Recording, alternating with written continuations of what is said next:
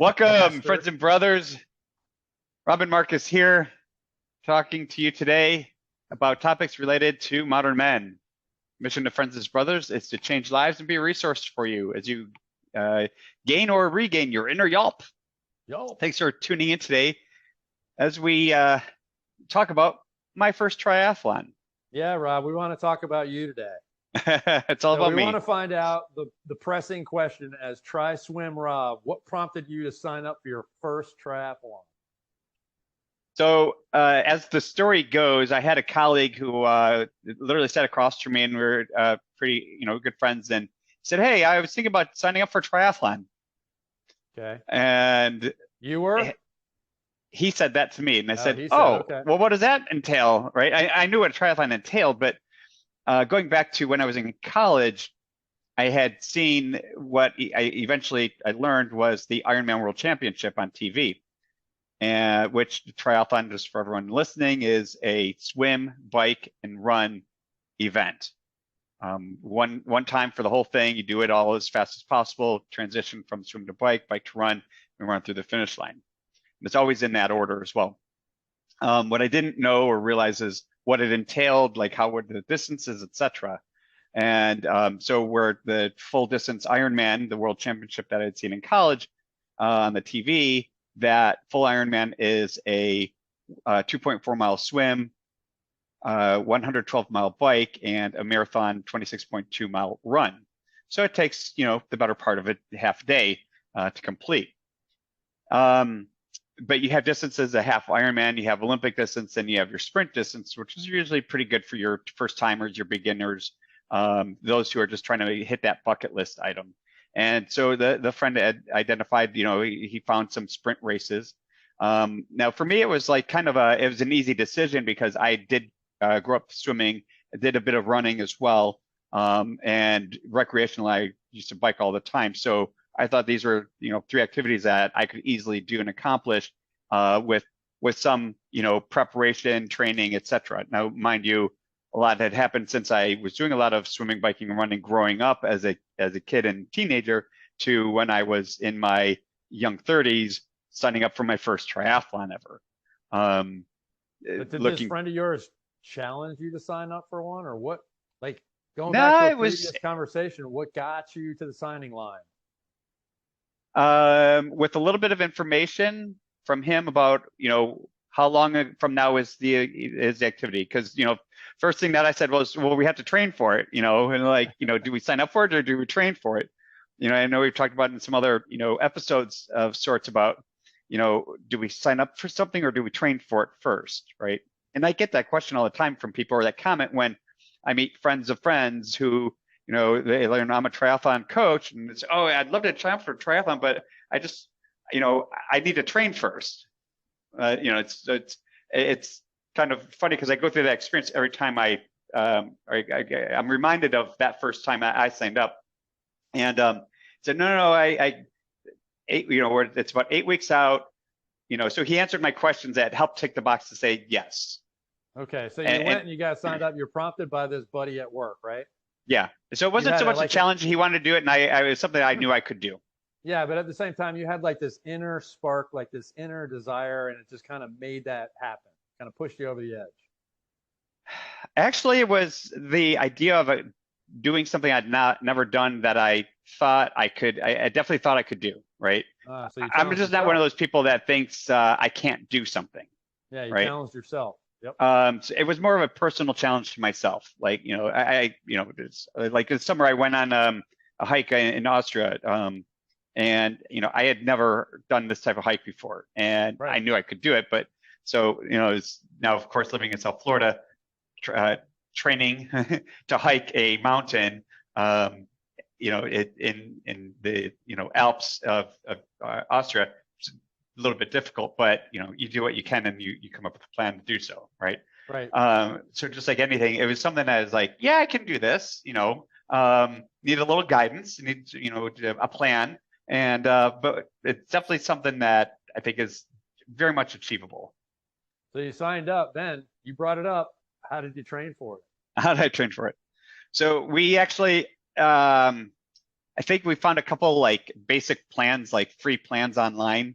And, to train for a sprint, especially if you have, if you're pretty decent on, I mean, even if you're coming completely couch to First Triathlon, or if you have some swimming, biking background, you've run a couple 5Ks, you want to at least minimally hit a 2 times a week swimming, 2 times a week biking, 2 times a week running. You could build those workouts into one, because you don't need, for a sprint triathlon, that distance is somewhere in the neighborhood of a 400 to 500 meter swim. The bike is usually 10 to 12 miles, and the run is most typically a 5K, right? So if you're racing pretty strong, you're looking at about an hour to an hour and 15 of racing time, right? So you don't need to go and swim for an hour, 3 times a week to complete a sprint triathlon, right? So let's break it down a little bit. You started training. Sure. How did you train each individual piece? The run, the swim, and the ride. So for the swim, order, I know. Yeah. I mean, I built it in. I had a membership at a local gym, and that's where I was doing, because they had a pool, so I could get on this the stationary bike, on the treadmill if I needed to, and then I could jump in the pool. So I might go and do the gym. I might go do like a strength workout and then do a swim for 10-15 minutes, right? So I'm getting that swim in. And then through the process, though, I'm going to maybe do some testing, like how long is it taking me, right? Or if I'm getting on the stationary bike, how long does it take me to go 10 miles on the bike, right? So I'm gauging in my head. You're like setting some initial benchmarks and then grading yourself or testing it along the way. Right. And just trying to work through that. Yeah. Now, ideally, though, getting outside to do the swim, to do the bike, to do the run, that gets a little bit more real world, feel for it. And that's more ideal, right? But so that helped too. Again, living in South Florida, I'm able to, we could get to the ocean and do some swims to get a feel for it, right? And that's very important. I think, that's one of the big things that a lot of triathletes really, or people, first timers especially, get nervous about is there's a significant anxiety that builds up, especially for the swim. Yeah, 'cause you're swimming in open water, whether it's a lake, a river, or an ocean. Right. And, there's so many different variables going on. Now, I also know a lot of like swimmers who, they're pool sprinters. They do not touch open water swimming, yet alone triathlon, because it's another animal for them. And there's so many unknowns, and it's something that, like, they know the black lane line, and that's it. They want to stick to it completely. That would be 100% me. Which is fine. But, I've learned to thrive on, I don't want to say I learned to thrive on the anxiety of others, but I've learned to master the start line to my benefit, with the exception of 1 or 2 races. Because the start is the swim. The start is always the swim. Yeah. And you have, depending on the race, anywhere from maybe 20 other people to 100 other people starting with you at the same exact time. Okay. So you have to battle people in front of you, behind you, on either side of you, swimming in the same direction, trying to figure out where is that swim buoy, right? And, those challenges that lie in. So if I heard you right, then the training part of it, that wasn't easy, but because you belonged to a fitness center that provided a pool, a track, or a treadmill, or spin bikes, or stationary bike of some kind. Yeah. That you could spend time first starting off at whatever your benchmark 0 line was, and then progressing through a time or whatever that may be for you. Right. And then progressively moving outside. Was there anything that you had to throw into your training that got you accustomed to running on the street, or swimming outdoors, or riding the bike? I don't recall if I found any like running groups prior to this first race. I know I did after that, at least. But I think prior to, I just didn't know the resources of like these other groups that I could maybe join or, run with or whatnot, to maybe get a little bit more acclimated.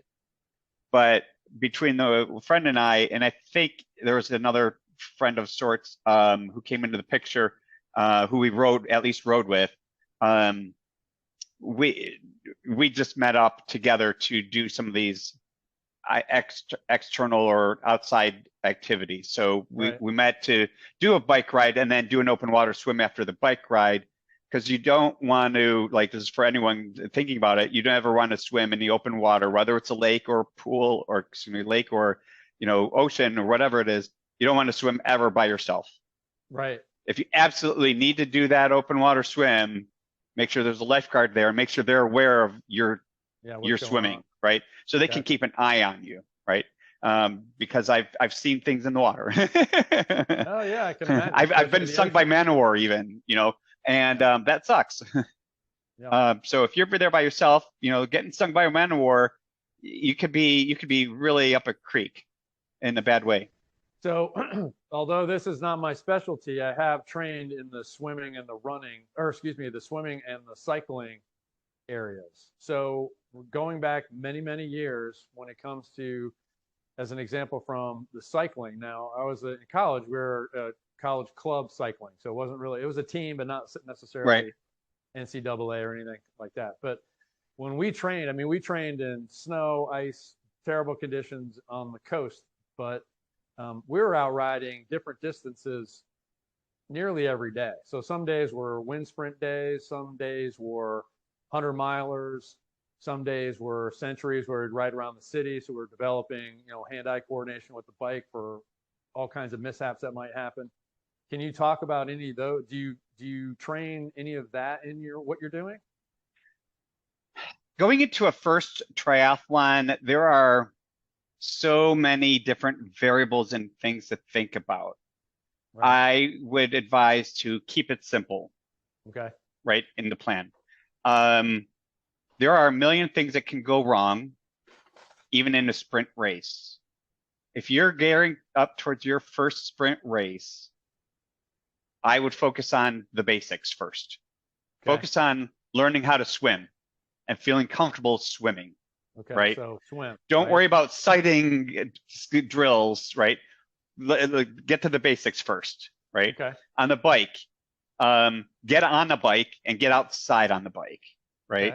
Okay. Learn how to clip and unclip if you have the clipped wheels. A lot of first timers, my first races, the first year I did end up doing 3 sprint races with a mountain bike. I did Oh not have wow. clip-on wheels or anything, right? So Yeah. again, we can definitely dial it back as far as we want. Let's keep it as simple as possible because Possible. there's so much information to learn and grasp. I think it's important to pick out the big stuff first. So And let me ask you a yep, question.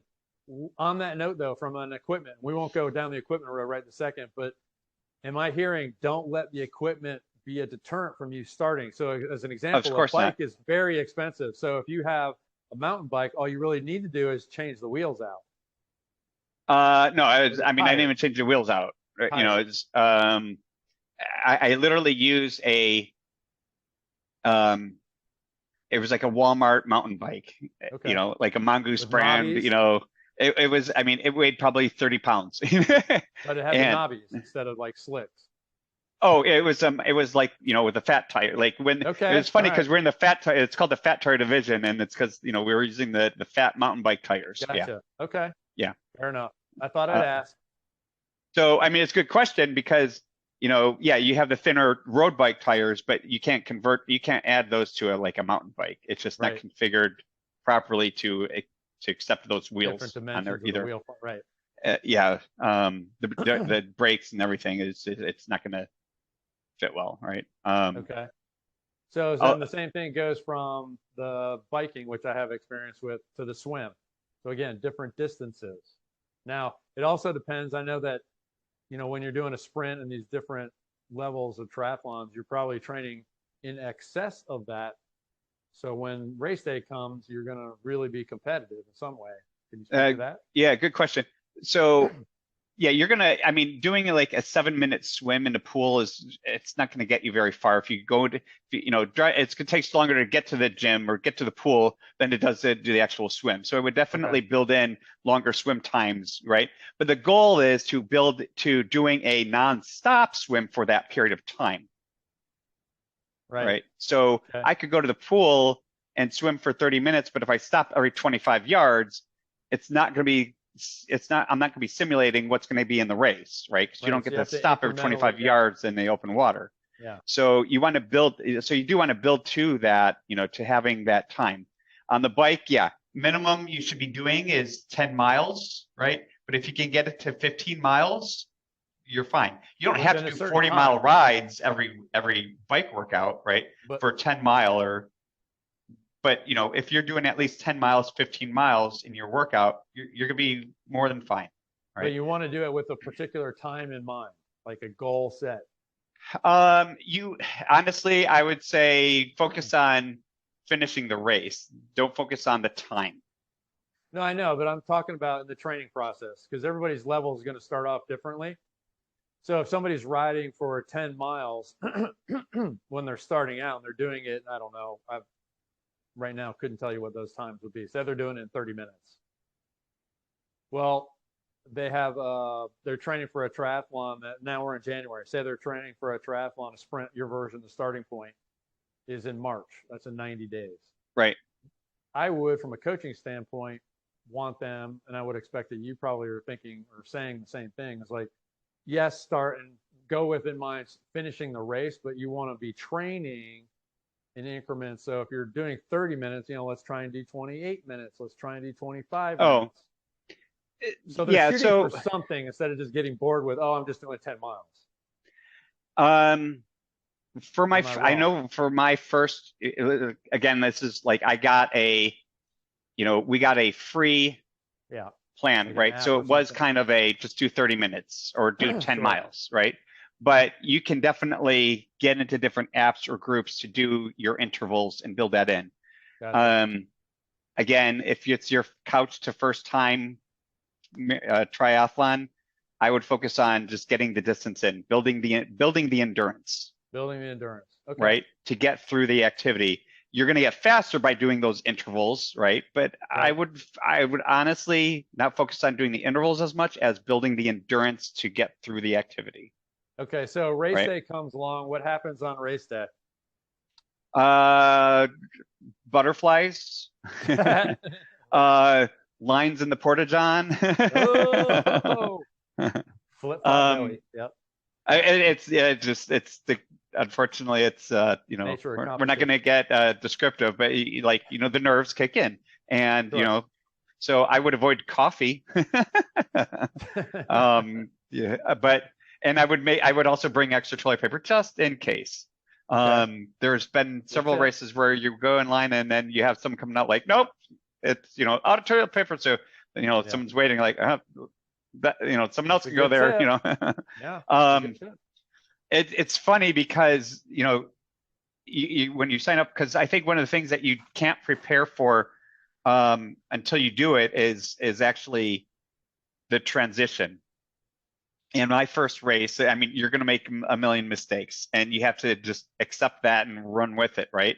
But you want to have, you do want to have your bike bag prepared, so if there is any issues on the bike, you can deal with them while you're out on the bike, and that includes fixing a flat tire. So what are the expectations though? So race day comes along, you're talking about the emotions and all that, but let's get down to the nitty gritty. So you're at race day, you're signing whatever you need to sign up, you get your shirt, all that kind of a thing. Now you got to set your bike up. Where do you go? All that kind of thing. I would be clueless. So yeah, I relied on some videos that I found on, online, talking about transitions and setting that up, right? And, again, I think I set up, I can't remember, I don't think I wore like a tri-top for, for my races or first races, but I know I had like a bike jersey and then I had a running shirt. Sure. So I actually changed in and out of shirts in my first race or two. Okay. Quickly learned that's adding time to my transition and diminishing my race time, right? Yeah. With things that you don't need to do. So it's funny, it's entertaining to see someone in their first race because they come, they're moving in, right? Yeah. Typically your transition space is as wide as a bike handlebars. Okay. And that's about it. So you have to plan accordingly. I mean, I've seen people come in, they bring a stool, they bring a little bucket to get their feet wet so that they don't get You grass can. in their bike shoes. It's like Yeah. you got to leave that stuff at home, right? Yeah. This Okay. is where keep it simple Keep it really simple. applies, because the more clutter you have in your space, the longer of a transition it's going to be for you, That makes right? sense. Yep. You want to keep it simple, like, okay, here's this, this, and this, get in, get out, right? Yep. Because just because you're in transition doesn't mean the clock stops for you.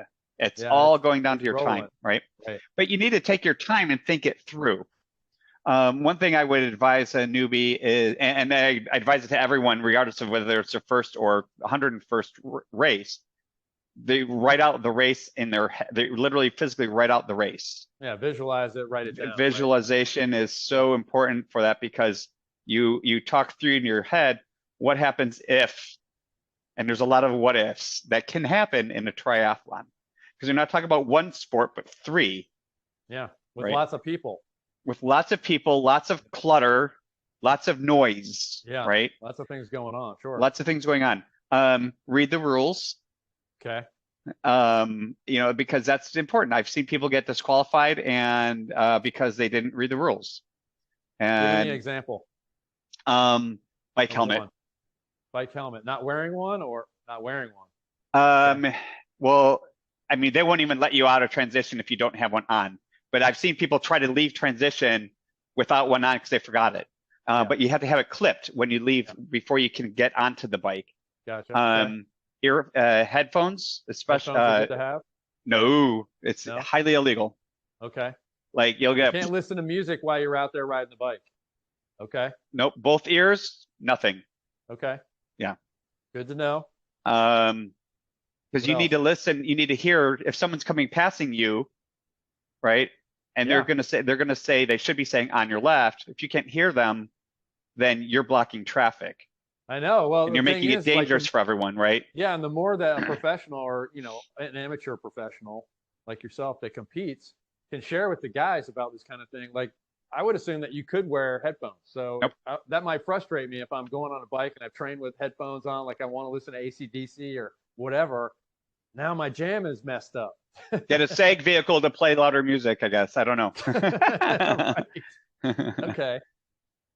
Now in a marathon race, right, or 5K even, like, there are no headphone rules, right?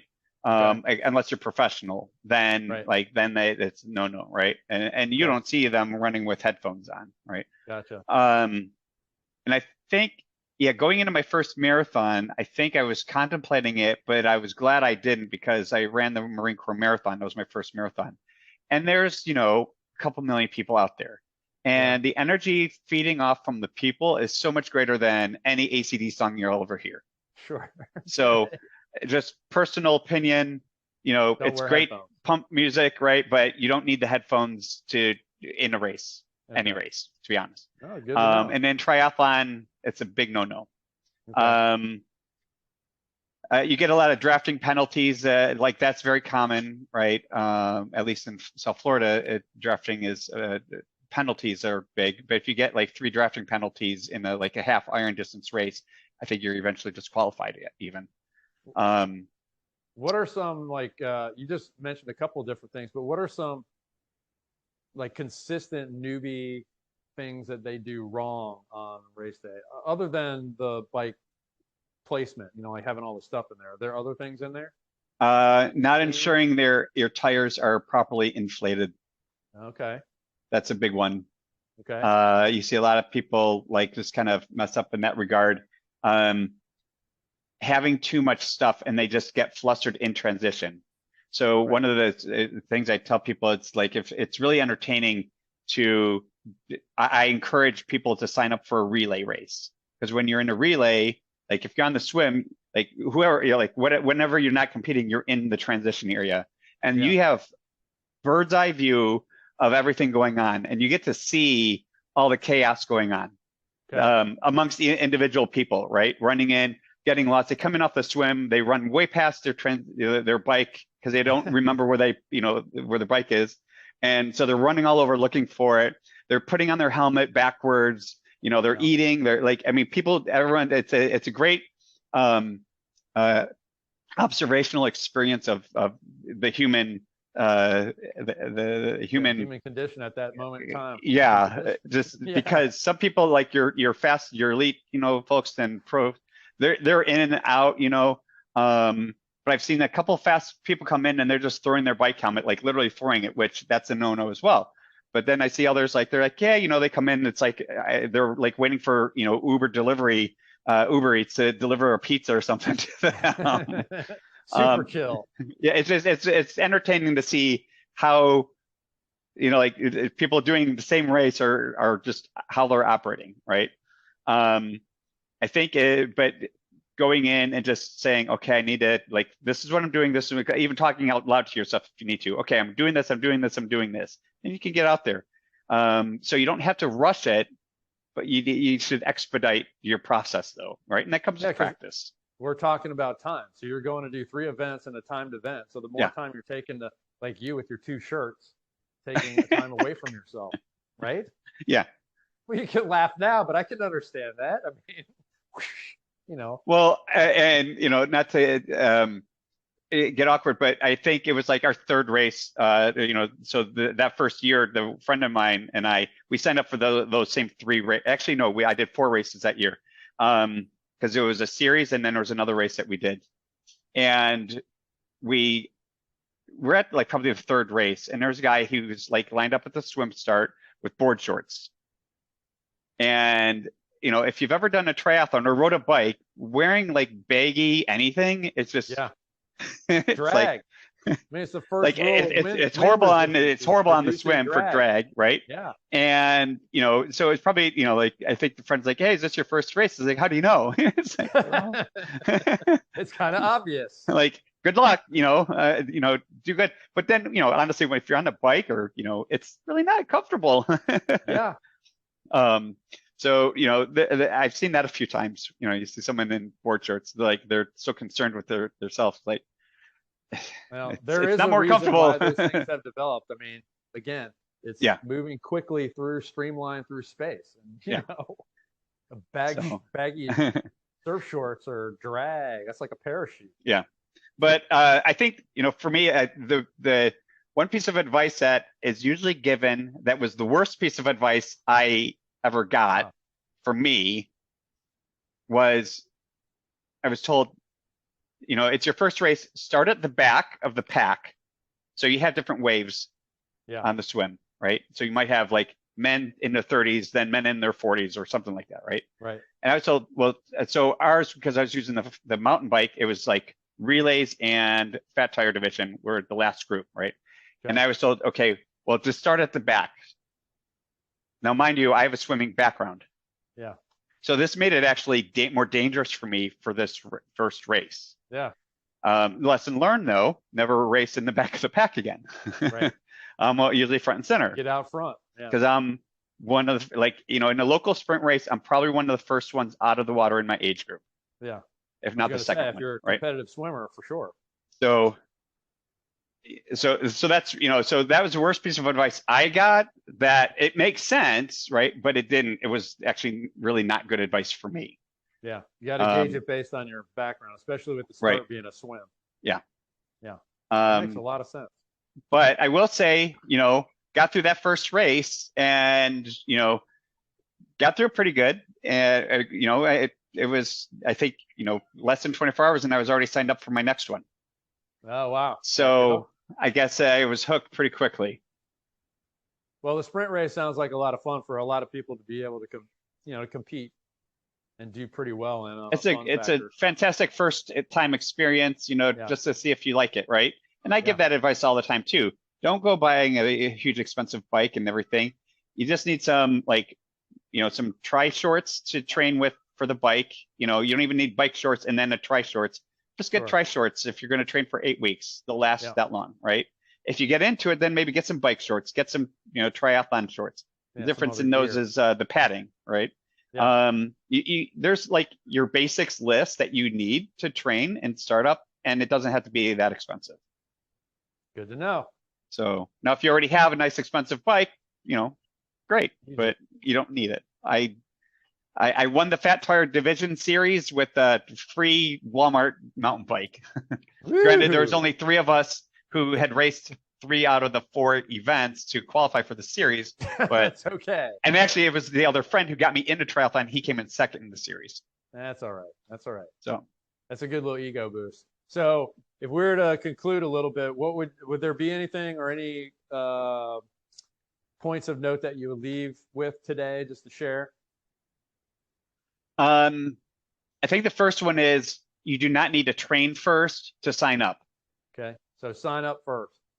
Sign up, but just give yourself at least 8 weeks to sign up. Okay. And get a plan, even if it's a free plan, get a plan. Okay. So sign up, get a plan. And just get to work. And then Twice get a to week work. swimming, twice a week biking, twice a week running, maybe 1 day a week at least of some strength training built in there. You can Yep. combine those in the workouts. You know, as you get towards race week, you know, try to do a swim, a bike, and a run outside if you can, right? To simulate that activity and work through practice those transitions. Yeah. And just have fun. Again, I was signed up for my second race, you know, within 24 hours of finishing my first. That's awesome. So guys, I hope that gives you a little bit of information and background on what to do, or Rob's experience in My first triathlon. Triathlon. Eventually, I end up doing marathons, which I never thought I'd do, doing a full Ironman, which I never thought I'd do, half Ironman races, which I never thought I'd do, and that ended up being probably my most successful distance. Yeah. There you go. It built up, right? I've had fun with it. You have had fun with it. I've had fun. Well, thanks, Rob, for sharing that information with us. My pleasure. And everyone else, thanks for listening in. If you have any questions on triathlons, you know where to reach us. Our contact information is here. Don't forget to hit the like and subscribe. We'll be talking to you next time. Cheers.